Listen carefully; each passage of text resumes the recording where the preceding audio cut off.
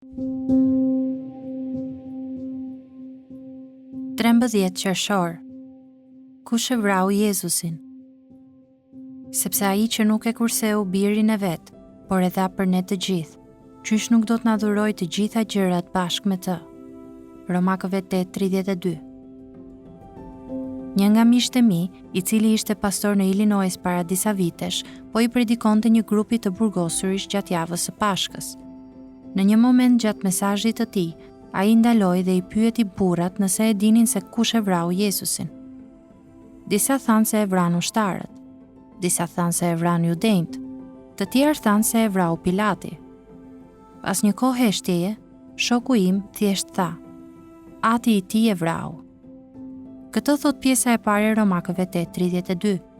Perëndia nuk e kurseu birin e tij, por e dorëzoi në vdekje. Ai pra, sipas këshillit të caktuar dhe të paranjohur të Perëndisë, ju dorëzua juve. Vepra 2:23. Isaia 53 thot edhe më hapur: "Ne e konsideronim të goditur, të rahur nga Perëndia, por i pëlqeu Zotit, Atit të tij, ta rrihte dhe ta bënte të vuante." Isaia 53, 4 dhe 10. Ose, siç thot edhe Romakëve 3:25, të cilin e paraqiti Perëndia si pajtimore nëpërmjet besimit në gjakun e tij.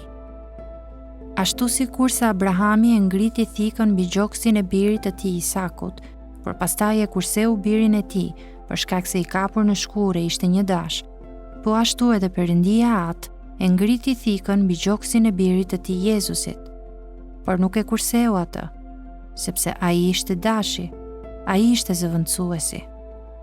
Perëndia nuk e kurseu birin e tij, sepse kjo ishte mënyra e vetme se si ai mund të na kursente ne, dhe ende të ishte Perëndi i drejtë dhe i shenjtë. Faji i shkeljeve tona, dëshkimi pa udhësive tona, mallkimi i mëkatit ton do të na kishin çuar pashmangshmërisht në shkatërimin e ferrit. Megjithatë, Perëndia nuk e kurseu birin e tij.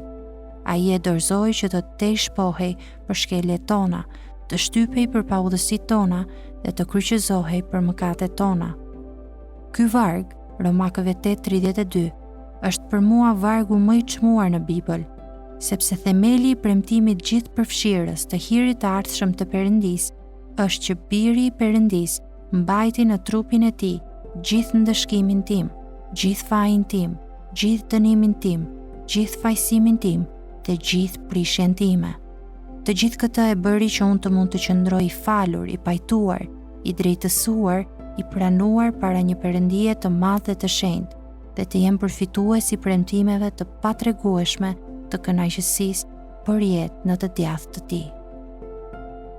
Të gjithë këtë e bëri që unë të mund të qëndroj i falur, i pajtuar, i drejtësuar, i pranuar para një Perëndie të madhe dhe të shenjtë, dhe të jem përfitues i premtimeve të patregueshme të kënaqësisë për jetë në të djathtën e tij.